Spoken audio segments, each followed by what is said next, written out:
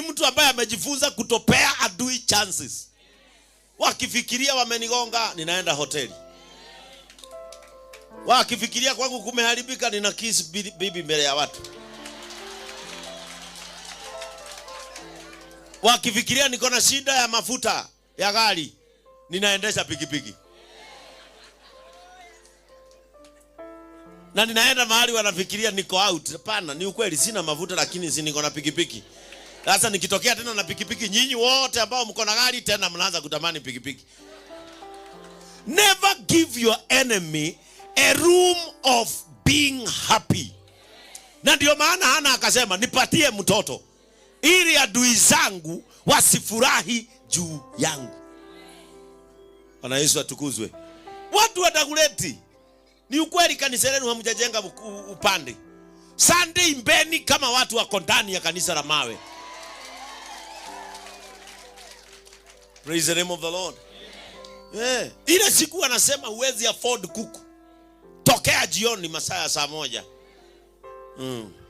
Kisikia jirani yako anasema hawezi afford kuku, tokea saa 1, masaa ya saa 1. Usinunue mchana, wasifikirie unakaa vile wanataka. Tokea jioni. Angalia mahali panauzwa tumiguu twa kuku, shingo, tumaini. Nunua mara 2. Nunua ya kupikia familia na twagocuria.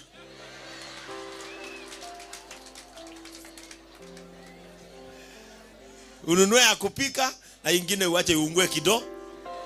Jirani ataenda kwa dirisha, ni kama wanapika kuku. Na si ni ukweli, kwani shingo na mguu ya kuku inakuwaga nje ya kuku? Si inakuwaga ndani ya kuku. Actually sikichwa ndio steering ya kuku, si mguu ndio inaibeba. Sigatitira ni ya kupiga kona na zizo zinauzwa. Wewe ukikula shingo na ukule mguu, ni umekula kuku, umekula sasa sehemu zinazopea direction na uhai kuku. Hata tumaini tuko hapo na karoho. Wewe hata ndio umekula kuku. Never look like your problems. Nimeangalia kitu kimoja nikajua wale ambao hutusukuma sana huwa wanatusukuma tukae hivyo.